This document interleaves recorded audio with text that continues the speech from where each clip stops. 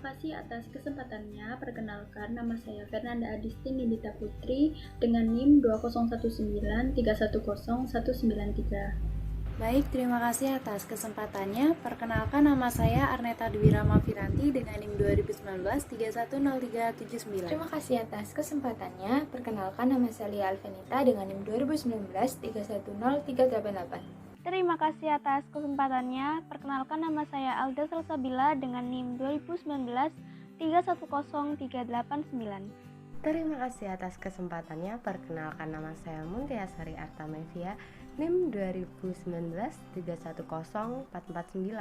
Terima kasih atas kesempatannya. Saya Alvina Putri Mauludia dengan NIM 2019 310452. Terima kasih atas kesempatannya. Perkenalkan, nama saya Jihana Fisa dengan NIM 2019 310453. Terima kasih atas kesempatannya. Perkenalkan, nama saya Felini Funialita dengan NIM 2019 310578. Assalamualaikum warahmatullahi wabarakatuh. Terima kasih atas kesempatannya. Perkenalkan, nama saya Riri Fetisha Budiono dengan NIM 20193107448. Ini kelompok kami akan menjelaskan tentang bab rekayasa pelaporan keuangan. Pada slide 1 menjelaskan tentang teori akuntansi merupakan penalaran secara logis dan didefinisikan akuntansi secara luas sebagai seperangkat pengetahuan yang mempelajari perekayasaan penyediaan jasa profesional berupa informasi keuangan kuantitatif, unit-unit organisasi dalam suatu lingkungan negara tertentu, dan cara penyampaian informasi tersebut kepada pihak yang berkepentingan untuk dijadikan dasar dalam pengambilan keputusan ekonomi. Oleh karena itu, pengetahuan perekayasaan tersebut harus diaplikasikan dalam wilayah atau negara. Wujud aplikasi ini adalah terciptanya suatu mekanisme pelaporan keuangan atau financial reporting nasional dengan menyediakan data dan menyampaikan informasi keuangan kepada para pengambil keputusan yang dianggap paling dominan dan berpengaruh dalam pencapaian tujuan negara, khususnya tujuan ekonomi dan sosial. Di sini peran akuntansi memiliki peran dalam alokasi tersebut.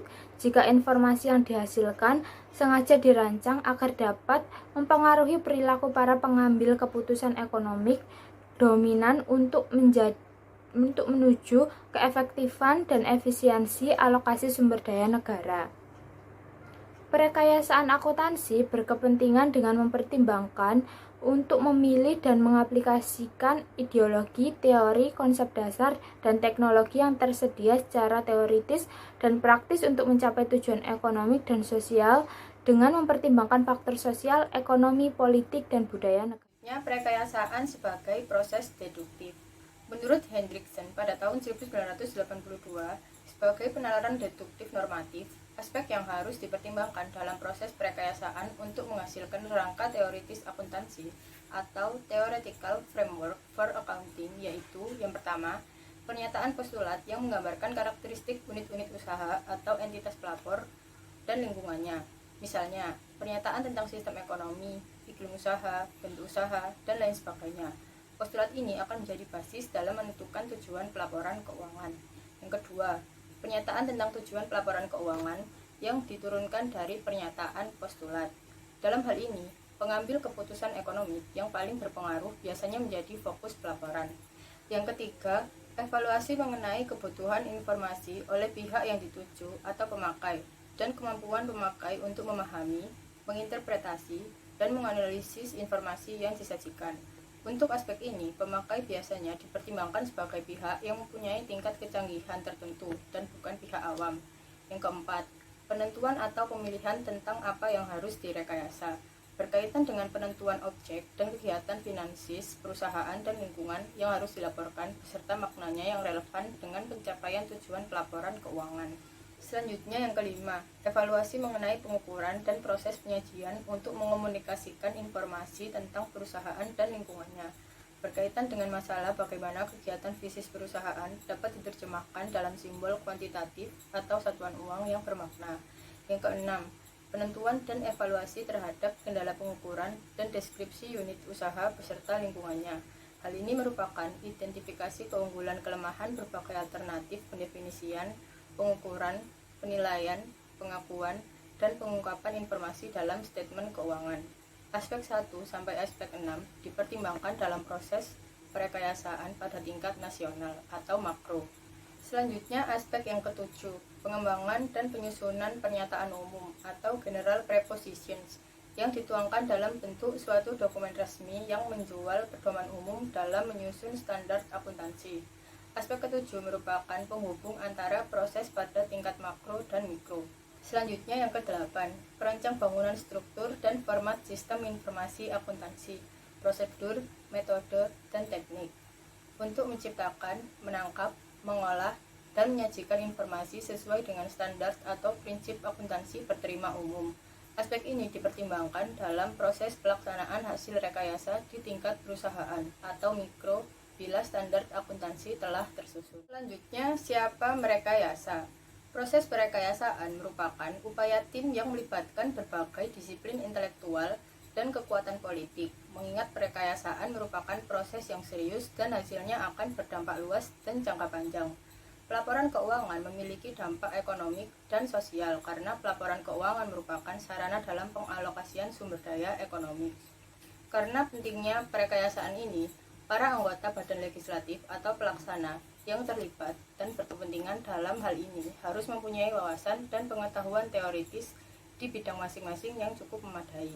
Rekayasa akuntansi harus merupakan tim multidisipliner agar hasilnya dapat digunakan sebagai sarana untuk menjamin tercapainya tujuan sosial dan ekonomi negara. Sebagai alternatif, penyediaan informasi tidak dikendalikan oleh pemerintah, tetapi diserahkan kepada profesi dan pelaku bisnis. Alternatif ini disebut pengaturan sendiri atau self-regulation. Diasumsikan bahwa profesi dan pelaku bisnis adalah pihak yang paling tahu kebutuhan pemakai informasi keuangannya. Aspek semantik dalam perekayasaan.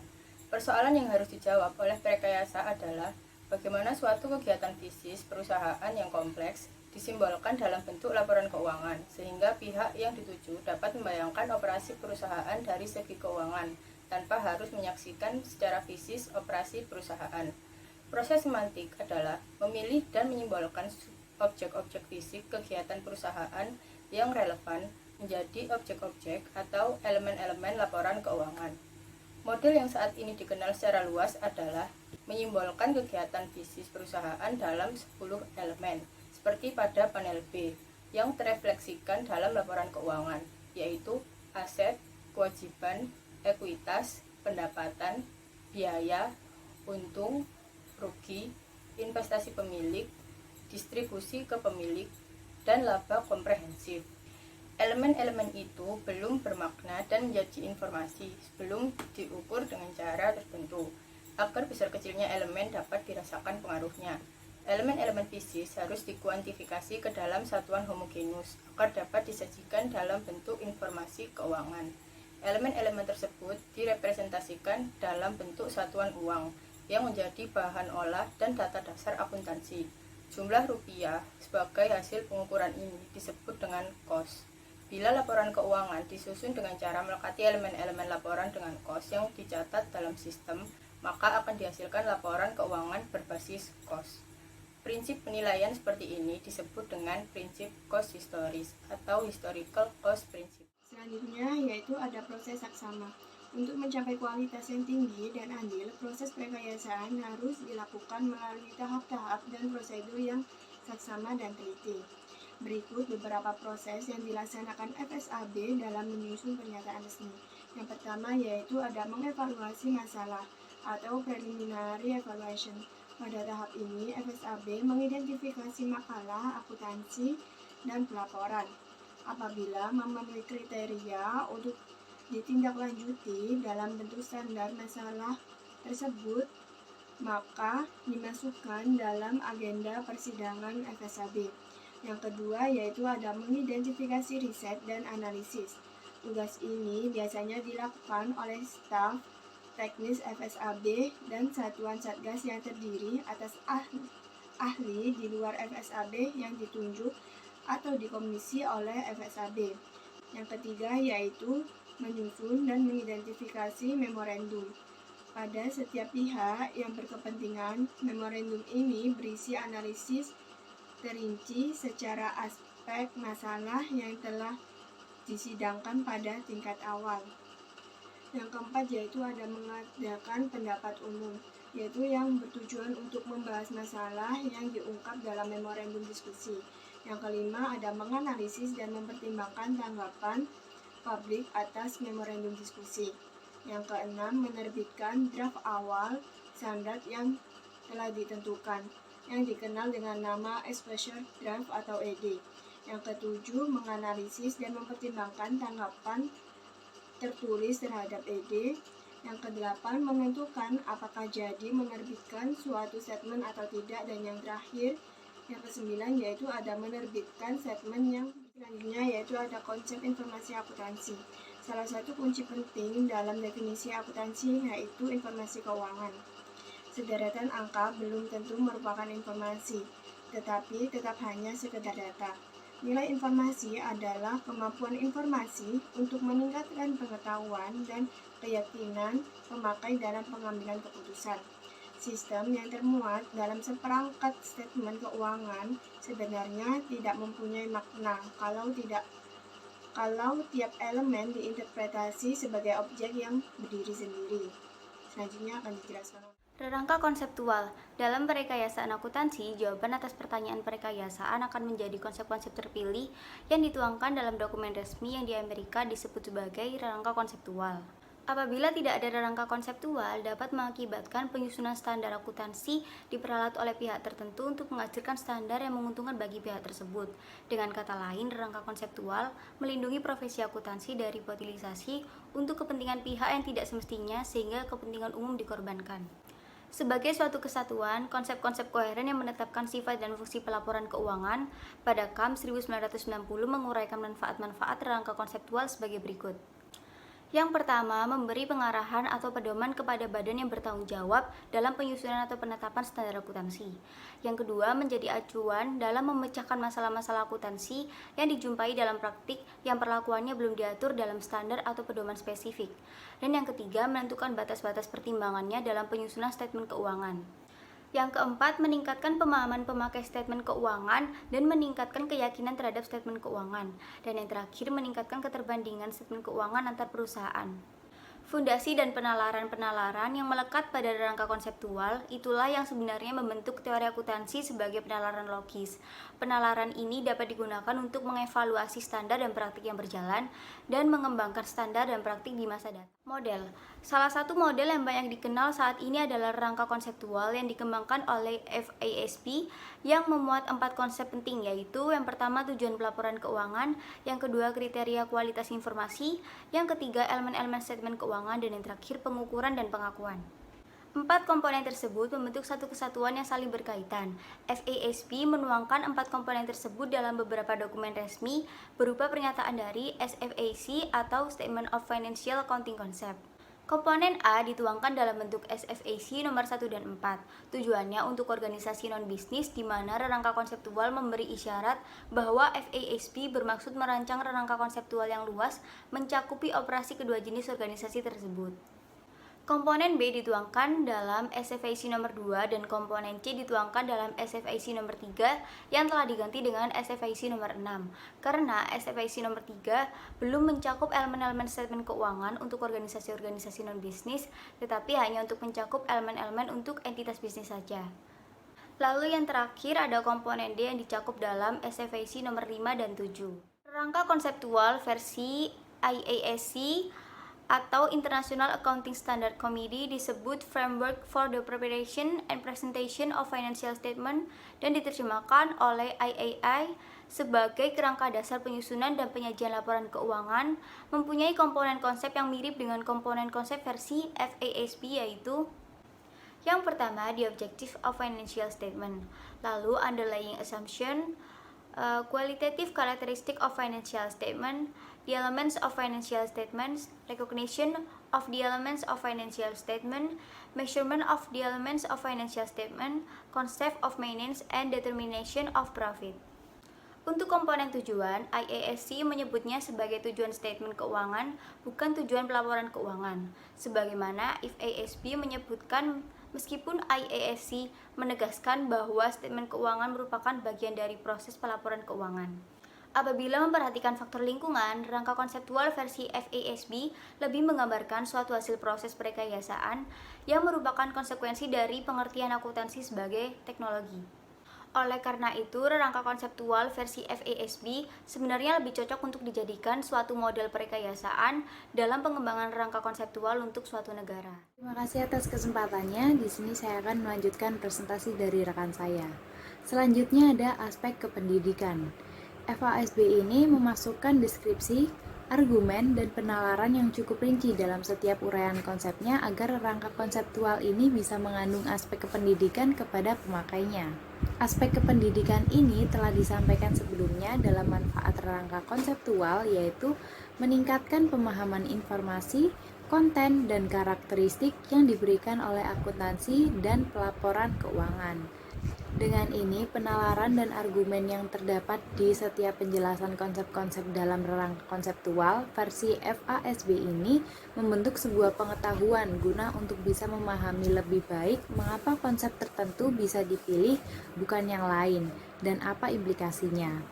Maka dari itu, jika dilihat dari segi pengetahuan untuk pembelajaran atau sebagai teknologi berpikir untuk pengembangan rangka konseptual baru di suatu negara, rangka konseptual FASB ini lebih unggul dibandingkan rangka konseptual versi IASC. Dengan pemahaman akuntansi melalui proses perekayasaan dan rangka konseptual ini akan membuat mahasiswa selalu mempunyai perspektif yang luas dan bersifat jangka panjang. Dengan pandangan yang luas ini akan membentuk sikap proaktif dalam mengantisipasi perubahan atau gagasan baru, bukan sifat yang reaktif atau defensif terhadap gagasan perubahan. Yang berikutnya ada prinsip akuntansi berterima umum. Rangka konseptual yang berfungsi semacam konstitusi, dan konstitusi ini harus dijabarkan dalam bentuk konseptual atau pedoman operasional, teknis, atau praktis agar mempunyai pengaruh langsung terhadap praktik dan perilaku. Laporan auditor standar tidak menggunakan frasa standar akuntansi untuk menegaskan adanya kewajaran, tetapi menggunakan frasa prinsip akuntansi berterima umum. Baik, selanjutnya seperti yang telah diungkapkan salah satu pendapat laporan audit, yaitu menurut mereka statement keuangan ini sudah disajikan secara wajar dan sesuai dengan prinsip PABU. Nah, mengapa kriteria kewajaran penyajian statement keuangan ini adalah PABU, bukan SAK untuk laporan auditor di Indonesia, atau Financial Accounting Standard untuk laporan auditor di Amerika? Yang pertama, tidak semua ketentuan perilaku akuntansi itu dapat ditetapkan dalam bentuk standar akuntansi. Kewajaran akuntansi ini juga harus direvaluasi secara luas termasuk ketentuan peraturan perundang-undangan. Dan yang kedua itu ada jika standar akuntansi ini secara eksplisit dijadikan kriteria dan dinyatakan dalam laporan auditor, dikhawatirkan kewajaran hanya bersifat formal bukan substantif. Lalu yang ketiga, untuk mencapai kualitas informasi yang tinggi, ukuran kewajaran harus menjadi bentuk rangka pedoman yang cukup komprehensif, meliputi aspek teknis dan konseptual. Rangka pedoman ini terdiri dari standar ideal, kaidah atau aturan perbuatan, penjelasan resmi, dan petunjuk teknis. Selanjutnya ada 3 pengertian penting. Dari uraian sebelumnya dapat disimpulkan bahwa sebenarnya terdapat 3 istilah atau konsep penting yang sangat berbeda maknanya, yaitu yang pertama ada prinsip akuntansi. Prinsip akuntansi adalah segala ideologi, gagasan, asumsi, konsep, postulat, kaidah, prosedur, metode, dan teknik akuntansi yang tersedia baik secara teoritis maupun praktis yang berfungsi sebagai pengetahuan. Lalu yang kedua ada standar akuntansi. Standar akuntansi adalah konsep, prinsip, metode, teknik, dan lainnya yang sengaja dipilih atas dasar rangka konseptual oleh badan penyusunan standar atau yang berwenang untuk bisa diperlakukan di suatu negara atau lingkungan dan dituangkan dalam bentuk dokumen resmi guna untuk mencapai tujuan pelaporan keuangan negara. Lalu yang ketiga ada PABU. PABU ini adalah suatu rangka pedoman yang terdiri atas standar akuntansi dan sumber-sumber lain yang didukung berlakunya secara resmi atau yuridis, teoritis, dan praktis. Dapat disimpulkan bahwa PABU ini tidak sama dengan standar akuntansi dan keduanya juga harus dibedakan dengan pengetahuan prinsip akuntansi. Ketiga pengertian tersebut saling berkaitan dan membentuk pengertian PABU sebagai suatu rangka pedoman. Sekian dari saya, selanjutnya akan dilanjutkan oleh rekan saya. Terima kasih. Baik, selanjutnya saya akan melanjutkan penjelasan dari rekan saya. Di sini saya akan menjelaskan tentang berlaku atau berterima. Istilah berterima digunakan sebagai sinonim dari accepted dalam istilah Generally Accepted Accounting Principles. Sementara itu, dalam buku Standar Profesional Akuntan Publik, IAI menggunakan istilah berlaku, dan GAAP menerjemahkan istilah berlaku dalam laporan auditor menjadi prinsip akuntansi yang berlaku umum di Indonesia.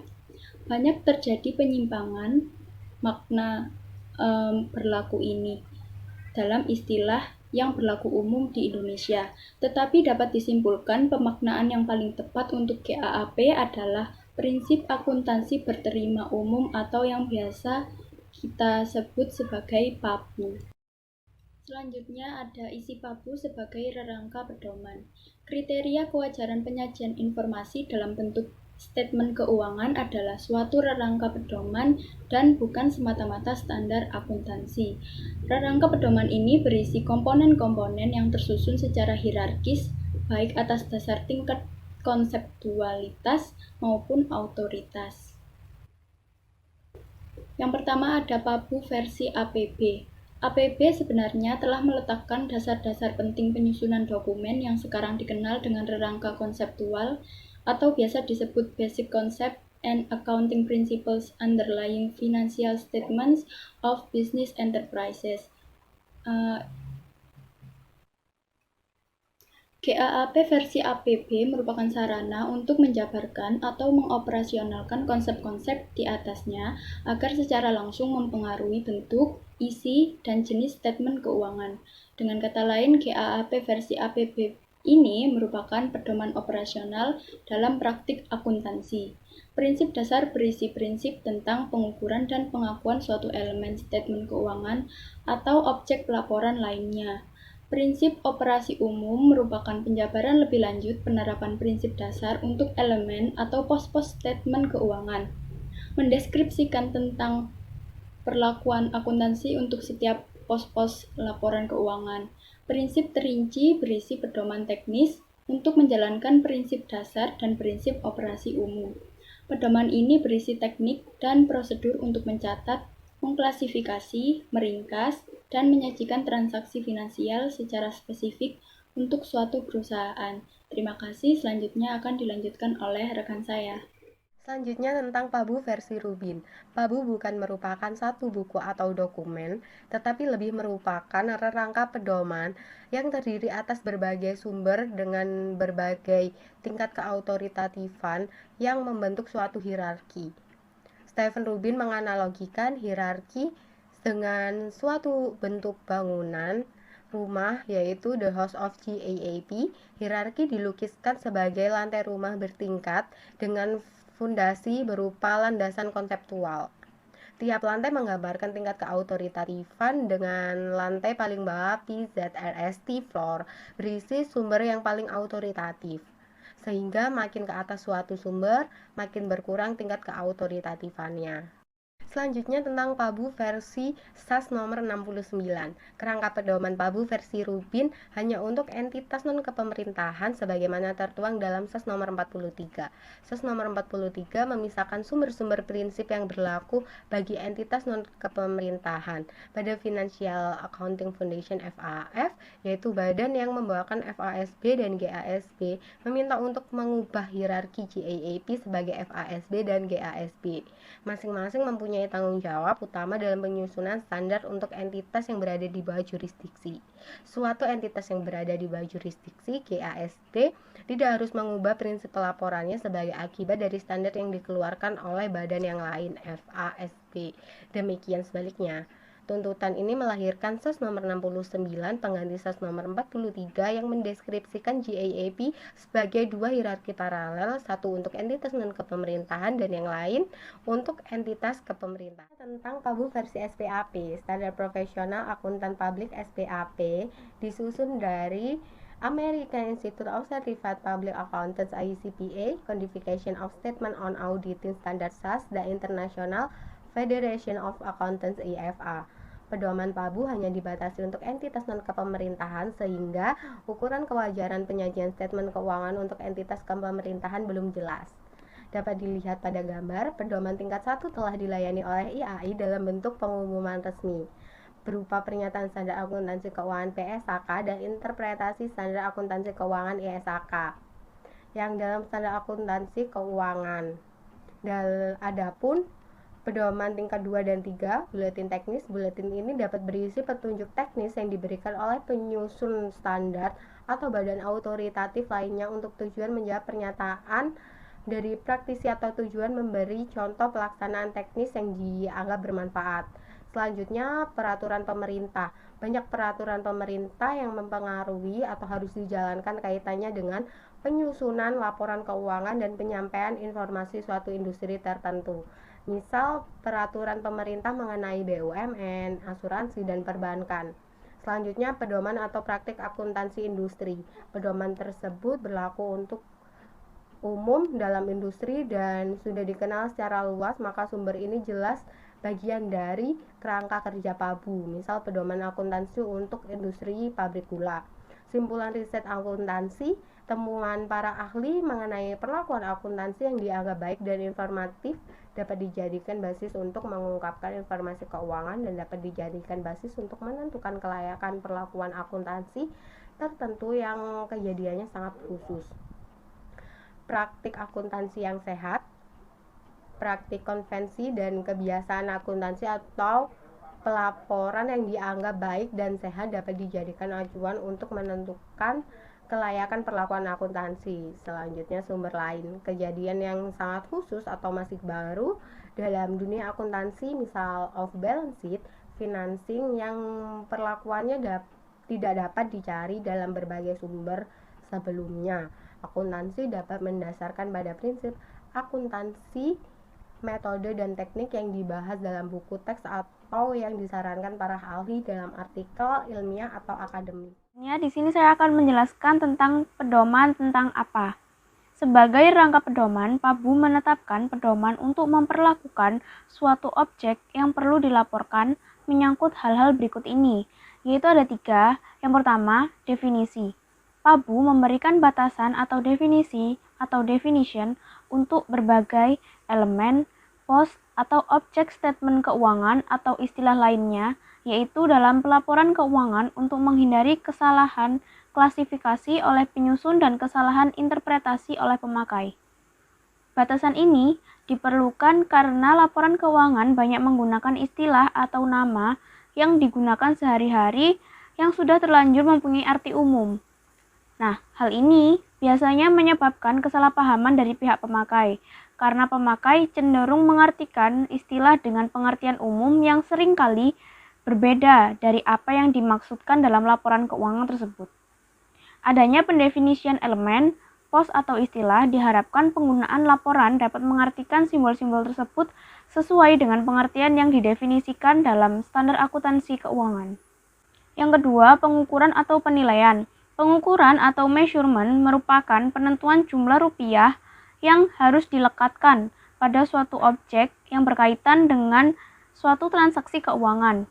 Jumlah rupiah dicatat untuk digunakan sebagai data dasar dalam penyusunan elemen keuangan. Nah, pengukuran ini berhubungan dengan masalah penentuan jumlah rupiah yang tercatat pada saat transaksi pertama kali dilakukan. Pengukuran biasanya disebut juga dengan penilaian atau valuation. Tetapi penilaian lebih ditujukan untuk menentukan jumlah rupiah yang terkandung dalam suatu elemen atau pos ketika dilaporkan dalam statement keuangan. Teori akuntansi menyediakan beberapa pendekatan penilaian, antara lain yaitu kos historis, kos pengganti, kos likuidasi, harga masukan, harga keluaran, dan daya beli konstan. Ketiga, penyajian dan pengungkapan. Penyajian atau presentation menetapkan bagaimana elemen atau pos dilaporkan dalam statement keuangan, sehingga elemen atau pos tersebut cukup informatif. Pengungkapan atau disclosure suatu metode untuk menjelaskan informasi yang dianggap penting dan berguna bagi pemakai, selain informasi yang diungkapkan dalam statement keuangan utama. Lalu, standar akuntansi mengatur cara mengungkapkan informasi tersebut. Agar memperoleh pesan yang benar dari statement keuangan, maka pemakai harus menggunakan tata bahasa yang baik dan benar sesuai dengan rerangka pedoman PABU. Selanjutnya, autoritas rerangka konseptual. Rerangka pedoman PABU versi Rubin dan SAS nomor 69 menempatkan rerangka konseptual pada tingkat yang paling tidak autoritatif, yaitu di tingkat 4 kanan dalam Rubin dan di hierarki dalam SAS nomor 69. Secara teoritis, kerangka konseptual harus memberikan dasar untuk PABU.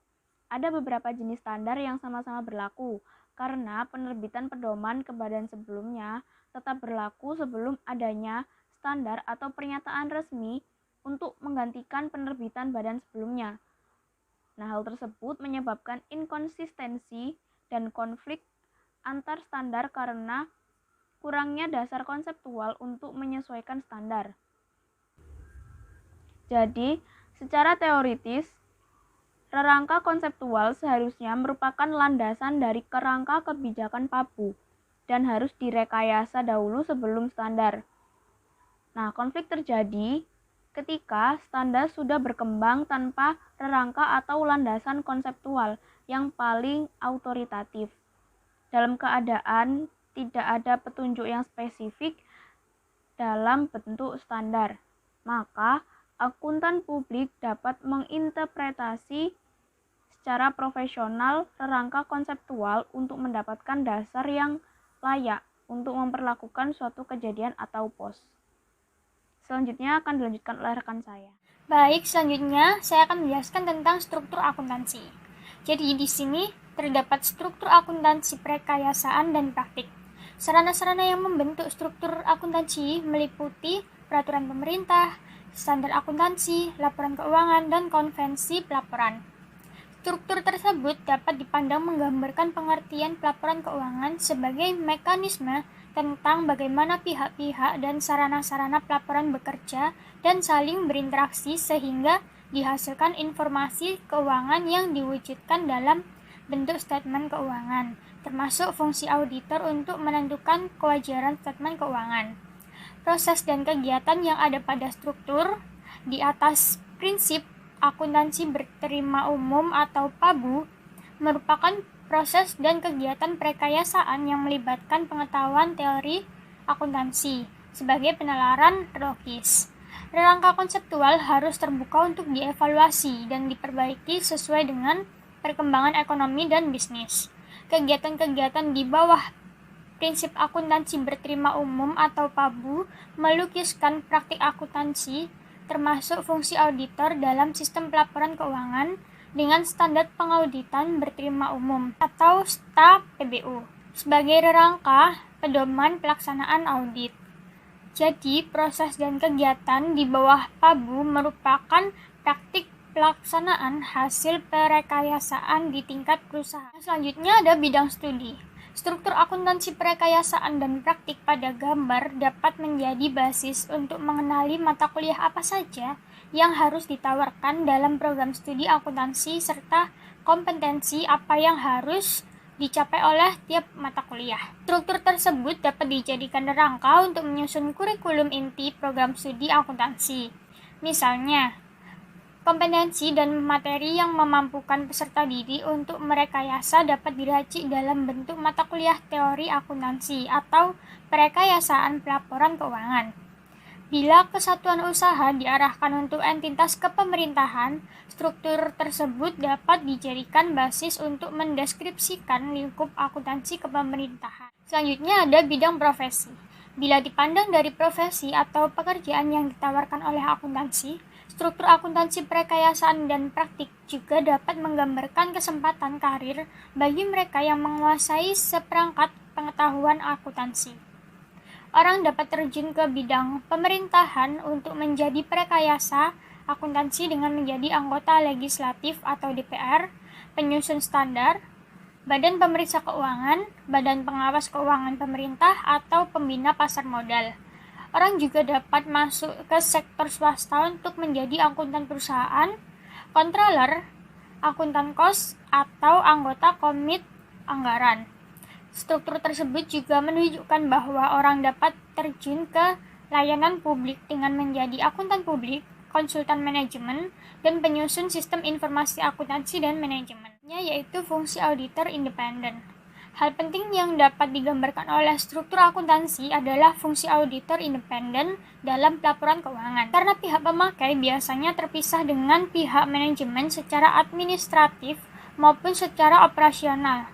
Keterpisahan kedua pihak ini menempatkan pemakaian statement sebagai pihak luar yang dapat secara langsung ikut dalam proses penyediaan data dan penyusunan statement keuangan. Peran auditor independen sangat diperlukan untuk mengaudit apakah statement keuangan benar-benar telah disajikan sesuai dengan PABU. Dalam melaksanakan audit, auditor independen harus memenuhi kriteria dan standar kualitas pengauditan yang disebut standar pengauditan berterima umum atau STA-PBU. STA-PBU meliputi landasan konseptual yang di dalamnya memuat konsep tentang independensi sikap mental. Sekian dari saya, selanjutnya akan dilanjutkan oleh rekan saya. Selanjutnya terdapat rangkuman. Dengan seperangkat pengetahuan akuntansi sebagai teknologi, orang akan mampu merekayasa suatu mekanisme pelaporan keuangan untuk suatu negara. Pelaporan keuangan nasional harus direkayasa secara seksama untuk mengendalikan alokasi tersebut. Secara otomatis dengan mempengaruhi perilaku pengambilan keputusan ekonomik yang dominan melalui informasi keuangan. Pelaporan keuangan sendiri adalah struktur dan proses yang menggambarkan bagaimana informasi keuangan disediakan dan dilaporkan untuk mencapai tujuan pelaporan keuangan yang akan membantu pencapaian tujuan ekonomi dan sosial negara. Pelaporan keuangan sebagai sistem nasional merupakan hasil proses perekayasaan akuntansi. Hasil perekayasaan dituangkan dalam suatu dokumen resmi yang disebut rangka konseptual, yang fungsinya dapat dianalogi dengan konstitusi. Dari segi sistematika dalam teori komunikasi, perekayasaan pelaporan keuangan adalah proses untuk menentukan bagaimana kegiatan basis operasi perusahaan yang disimbolkan dalam bentuk elemen-elemen statement keuangan, sehingga orang yang dituju oleh statement keuangan dapat membayangkan operasi perusahaan, atau paling tidak secara finansial tanpa harus menyaksikan secara basis kegiatan perusahaan. Perekayasaan dilakukan oleh pihak yang mempunyai wewenang di tingkat nasional dan mempunyai wawasan teori akuntansi yang kuat. Objek-objek statement keuangan dapat dipandang sebagai simbol-simbol kegiatan operasi perusahaan dan harus diukur secara finansial, serta hasil pengukuran tersebut menjadi bahan oleh akuntansi. Bahan olah ini akan menentukan besar kecilnya atau magnitud objek atau elemen. Informasi sistematik yang dikandung oleh statement keuangan yang ditunjukkan oleh elemen atau objek, besar kecilnya elemen atau size, dan hubungan atau relationship antar elemen. Sebagai dokumen, rangka konseptual akan berisi komponen konsep yang terdiri atas tujuan dan hal-hal mendasar yang saling berkaitan. Komponen konsep yang biasanya dicakup dalam rangka konseptual adalah tujuan dari pelaporan keuangan, kriteria kualitas informasi, elemen-elemen statement keuangan, dan pengukuran dan pengakuan. Sebagai konstitusi, rangka konseptual menjelaskan, menentukan, dan mengarahkan sifat, fungsi, dan lingkup pelaporan keuangan serta statement keuangan dalam suatu negara. Hasil perekayasaan akhirnya terrefleksi dalam bentuk, isi, dan susunan statement keuangan. Sasaran pelaporan keuangan adalah penyedia segala informasi yang mengandung kebermanfaatan dalam keputusan dan tidak terbatas pada upaya yang dapat disampaikan melalui statement keuangan. Perekayasaan mempertimbangkan faktor lingkungan tempat akuntansi akan diterapkan. Rangka konseptual yang dihasilkan dapat berbeda antara suatu negara dengan negara yang lain. Rangka konseptual akan unik untuk setiap negara. Agar operasional dan efektivitas dalam mempengaruhi praktek, rangka konseptual harus dijabarkan dalam bentuk standar akuntansi sebagai pedoman dalam perlakuan akuntansi selaku objek atau elemen, karena tidak semua perlakuan dapat diatur langsung dengan standar akuntansi. Oleh karena itu, perlu suatu rangka pedoman yang sering disebut GAP untuk menentukan perlakuan akuntansi yang tepat atau wajar dalam suatu lingkungan akuntansi atau negara. Rangka pedoman ini disebut dengan prinsip akuntansi berterima umum atau PABU. Terdapat 3 pengertian penting yang perlu dibedakan dan dikenali saling hubungannya, yaitu prinsip akuntansi, standar akuntansi, dan PABU. Secara teoritis, rangka konseptual seharusnya merupakan fondasi rangka pedoman PABU.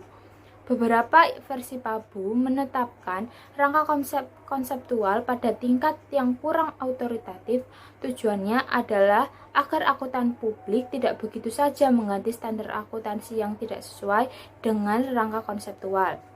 Struktur akuntansi menggambarkan mekanisme pelaporan keuangan dengan menghubungkan rangka dan praktek akuntansi yang bermanfaat untuk mengenali bidang studi, bidang informasi, dan fungsi auditor bila perekayasaan yang telah ditetapkan dalam suatu negara atau lingkungan.